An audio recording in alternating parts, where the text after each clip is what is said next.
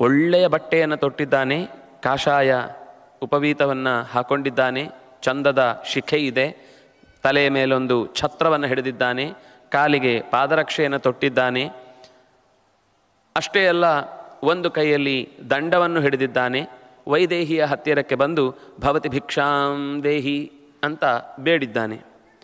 ಅದರ ಪೂರ್ವದಲ್ಲಿ ಅವನು ಬಂದ ಹೇಗೆ ಅನ್ನೋದನ್ನು ಹೇಳ್ತಾ ಬಹಳ ಚಂದದ ಉದಾಹರಣೆ ಕೊಡ್ತಾರೆ. ರಹಿತಾಂ ಚಂದ್ರಸೂರ್ಯಾಭ್ಯಾಂ ಸಂಧ್ಯಾಮಿವ ಮಹತ್ತಮಃ. ಚಂದ್ರಸೂರ್ಯರಿಲ್ಲದ ಸಂಧ್ಯಾ ಅನ್ನುವುದರ ಕಾಲದಲ್ಲೇ ರಕ್ಕಸರ ಉಪಟಳ ಜಾಸ್ತಿ. ಆ ಕಾಲದಲ್ಲೇ ಅದು ಮನಸ್ಸಿಗೂ ಅತ್ಯಂತ ತೀವ್ರವಾದ ಶಕ್ತಿಯನ್ನು ತುಂಬುವ ಕಾಲವೂ ಹೌದು, ಅಷ್ಟೇ ತೀವ್ರವಾದಂತಹ ದುಷ್ಟರ ಆಕ್ರಮಣ ಆಗುವ ಸಮಯವೂ ಹೌದು.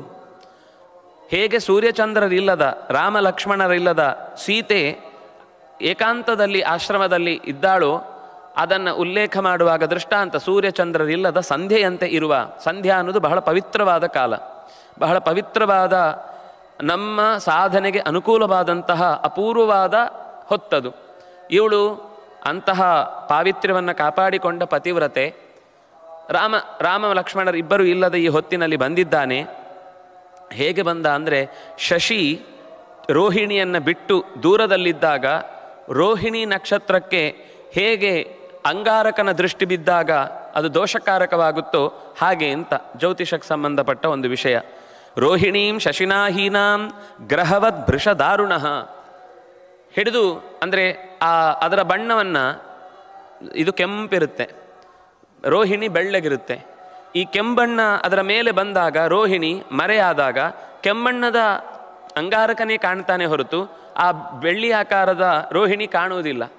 ಆಕಾಶದಲ್ಲಿ ಗುರುತಿಸೋರಿಗೆ ರೋಹಿಣಿ ಎಲ್ಲಿ ಹೋಯಿತು ಅಂತ ತಕ್ಷಣ ಗೊತ್ತಾಗುವುದಿಲ್ಲ. ಹಾಗೆ ಇಲ್ಲಿ ರಾವಣ ಸೀತೆಯ ಹತ್ತಿರಕ್ಕೆ ಬಂದಿದ್ದಾನೆ. ಶೀಘ್ರ ಸ್ರೋತಾಶ್ಚ ತಂ ದೃಷ್ಟ್ವಾ ವೀಕ್ಷಂತಂ ರಕ್ತಲೋಚನಂ ಸ್ಥಿಮಿತಂ ಗಂತುಮಾರೇಭೇ ಭಯಾದ್ ಗೋದಾವರಿ ನದಿ.